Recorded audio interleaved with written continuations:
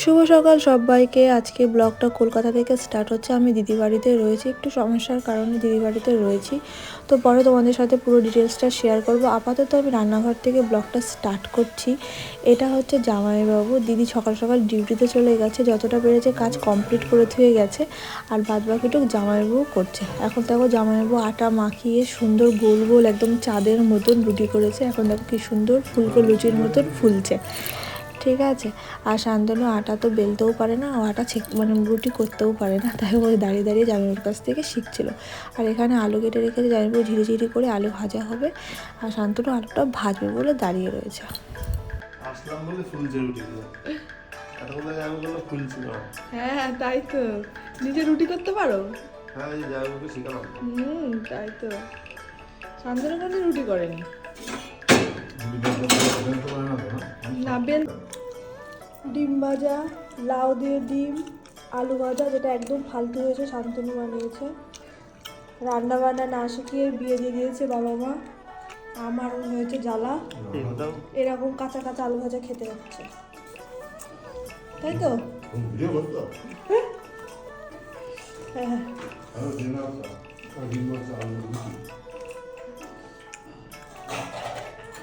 কিছু বলবা? কি বলে এটা আমার ডিমের মধ্যে প্রসাদ দিয়ে দিলাম। হ্যাঁ না, অরিজিনাল প্রসাদ না, এটা তোমার প্রসাদ তো আলাদা আছে।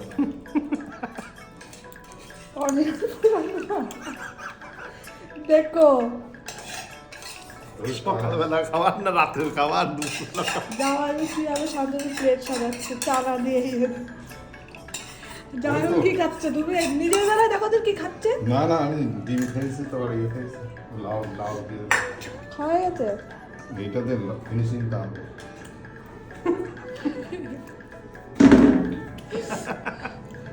কিন্তু প্রসাদের সাথে ডিম বেশি হবে।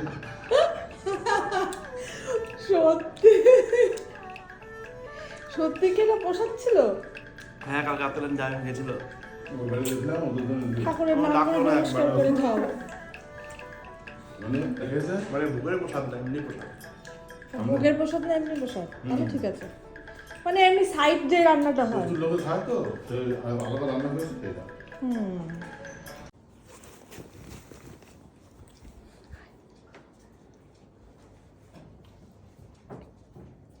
শান্তনু আসো, তুমি আসো না।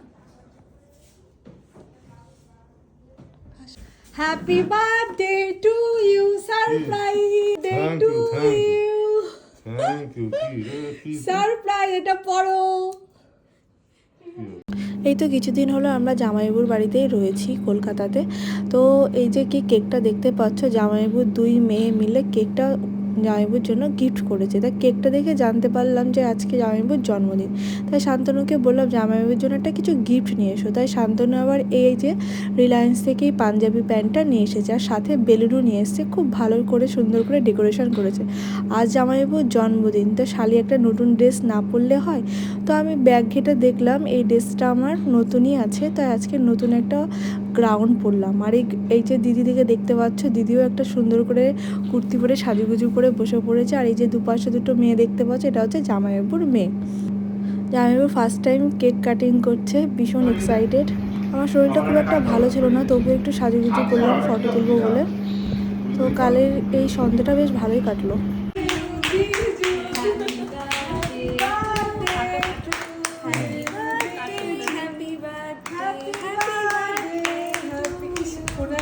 চালিয়ে দিলে ভালো হতো। Happy birthday to you. কেটেছি। Happy happy birthday to you. ছোট ছোট করে নিচ্ছি।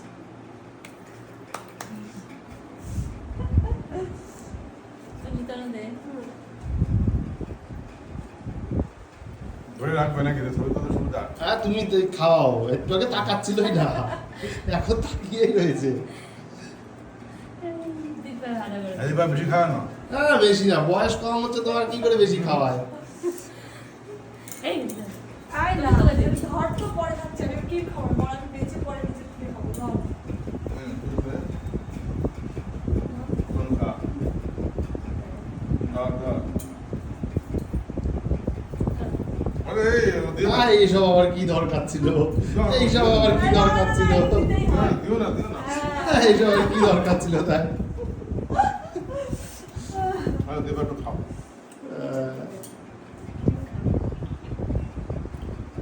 শান্তনু খাও শান্তনু এই তো, এই তো। শান্তনু ছবি তুলো তো হুম, আয়, আমি তুলে দিই। এই শাড়ি শান্তনু এসে গেছে। দুবের ধরে শান্তনু শান্তনুর ছবি তুলো হ্যাঁ ধরে এই সরে এসো হ্যাঁ দেখতে পাচ্ছিস তিব্বত দিক তাকাও দাঁড়াও